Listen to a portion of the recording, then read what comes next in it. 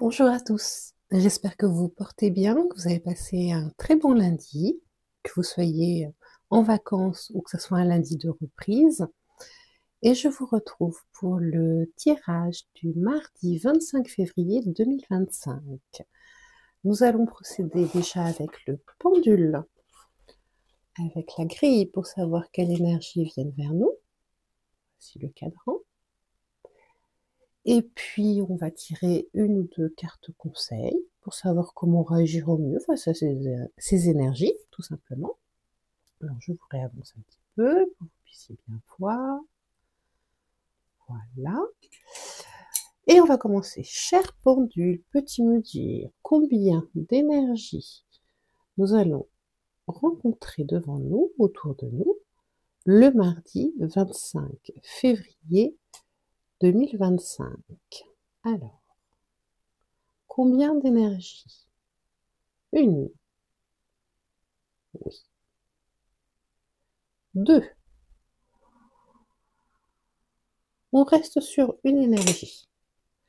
Cher pendule, peux-tu m'indiquer quelle énergie va venir vers nous demain, le mardi 25 février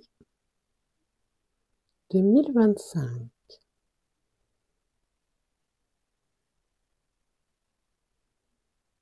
Je te relance un petit peu.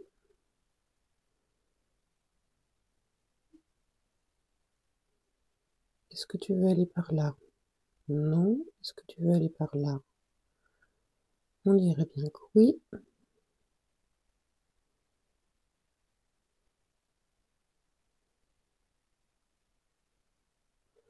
On est sur les échanges et les infos.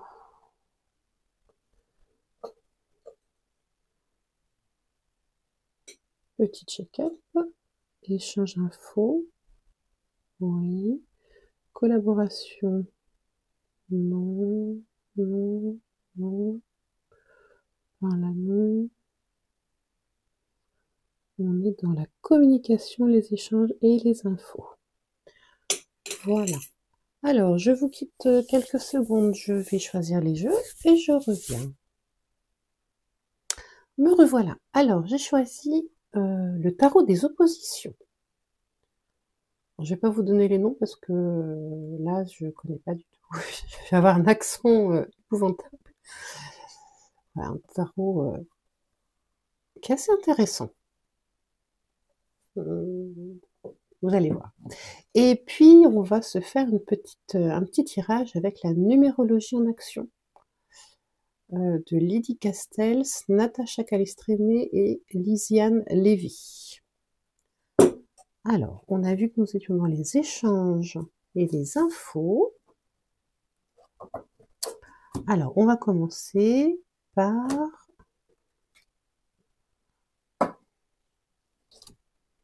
l'autre, parce qu'a priori, les informations vont venir de quelqu'un d'autre. L'autre.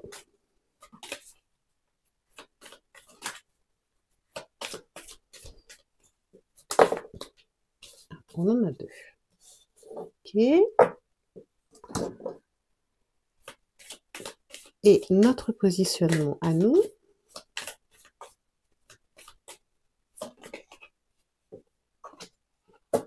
On en a une.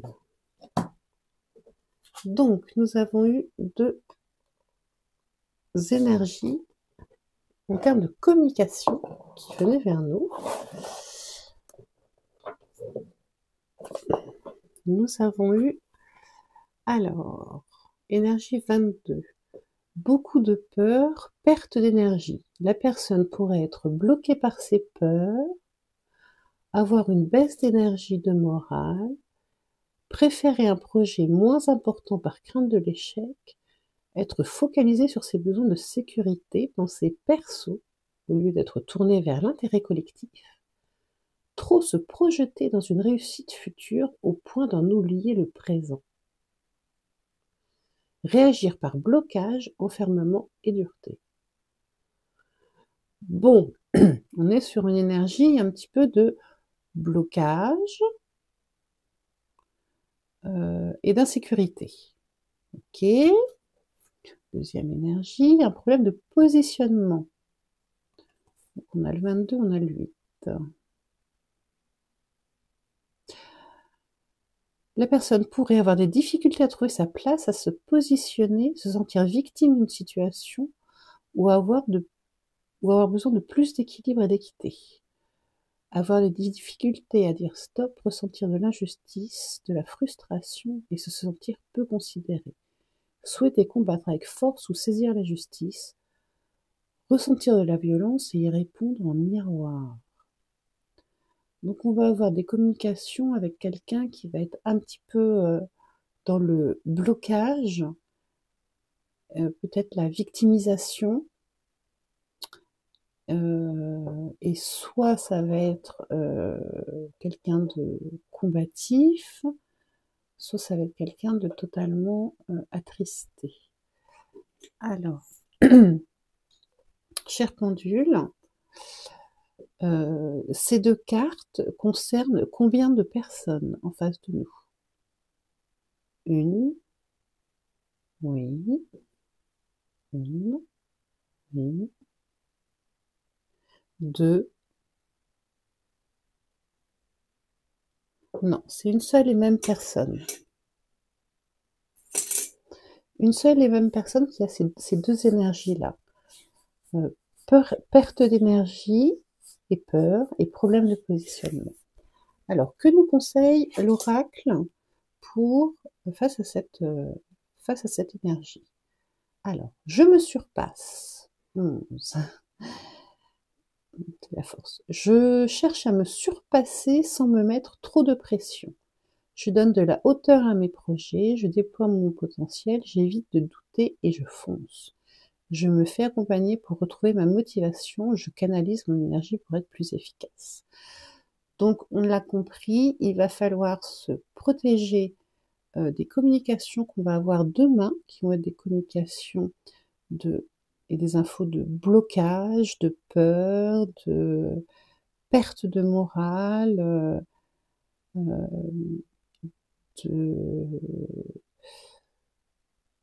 perte de considération, etc.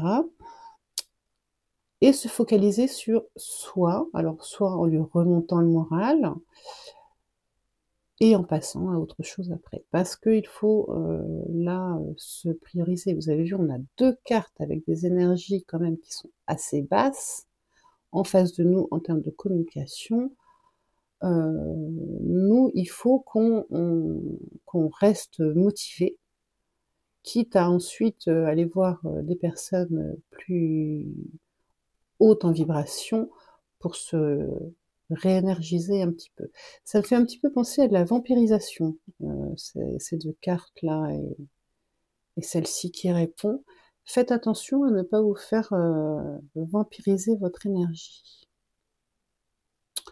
Parce que je cherche à me surpasser sans me mettre trop de pression.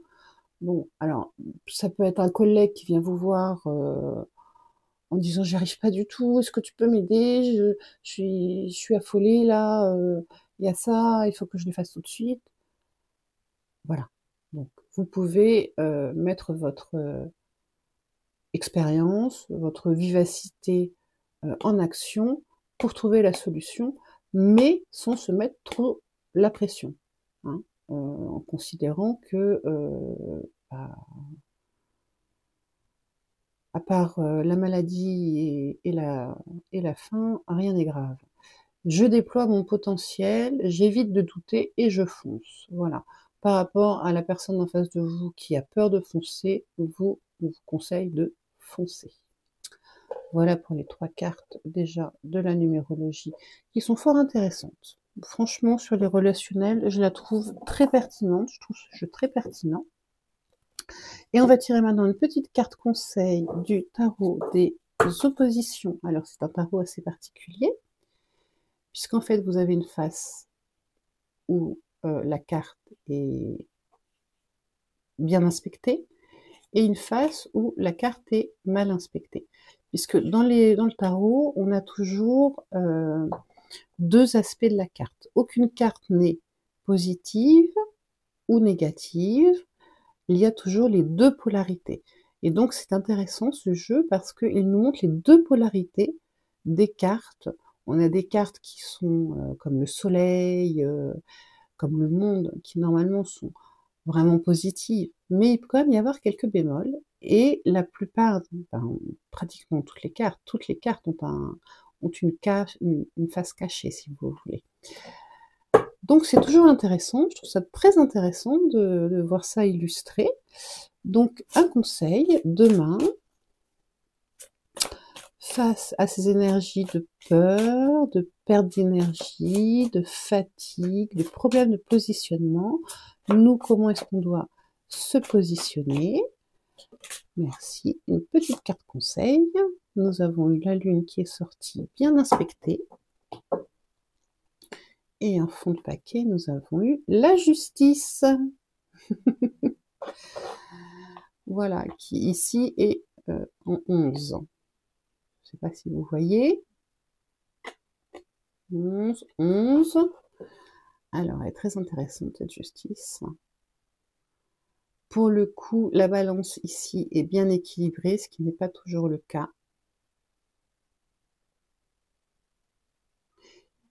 Elle a le voile qui cache.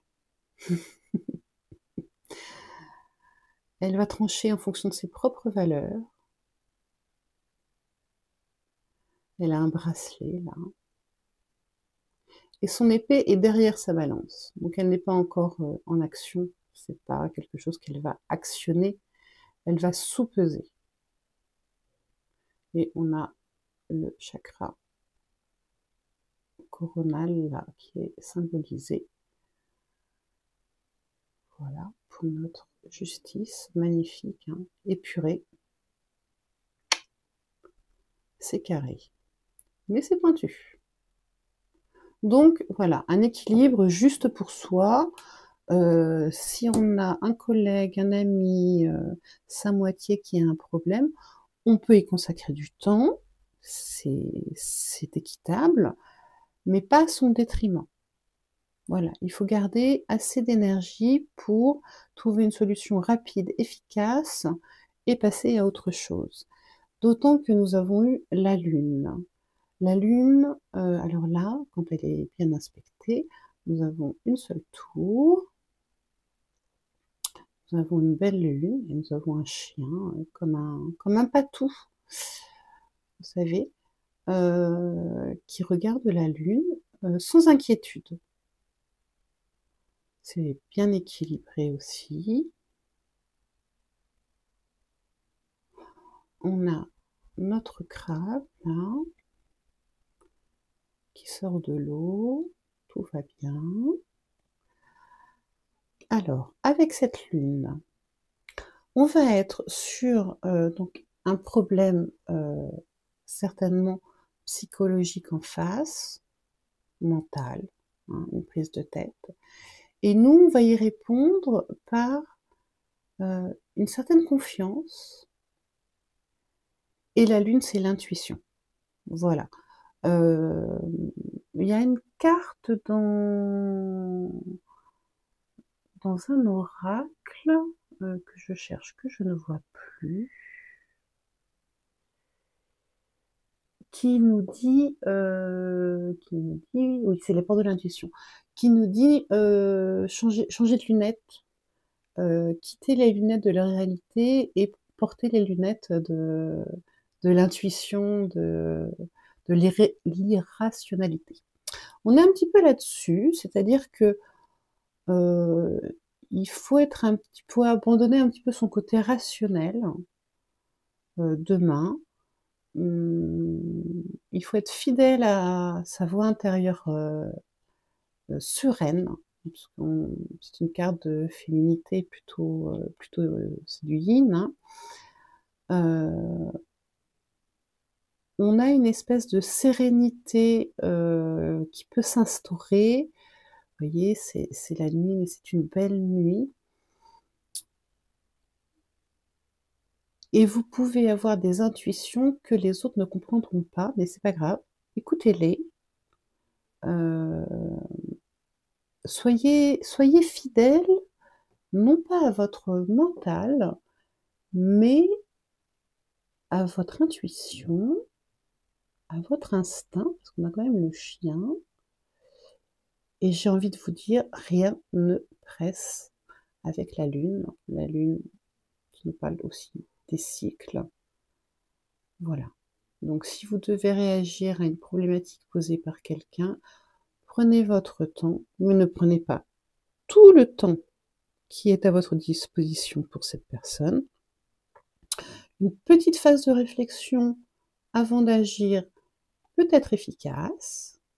Ensuite, on laisse parler son intuition et on se met à cette tâche sans trop de pression.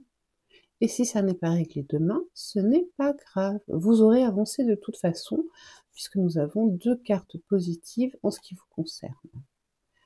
Voilà. Bon, écoutez, j'espère que ça vous a plu. Moi, j'ai trouvé que c'était assez parlant. Ça m'a bien intéressé. Et puis, je vous remercie de m'avoir écouté. Je vais vous souhaiter un bon mardi. Et je vous dis à bientôt.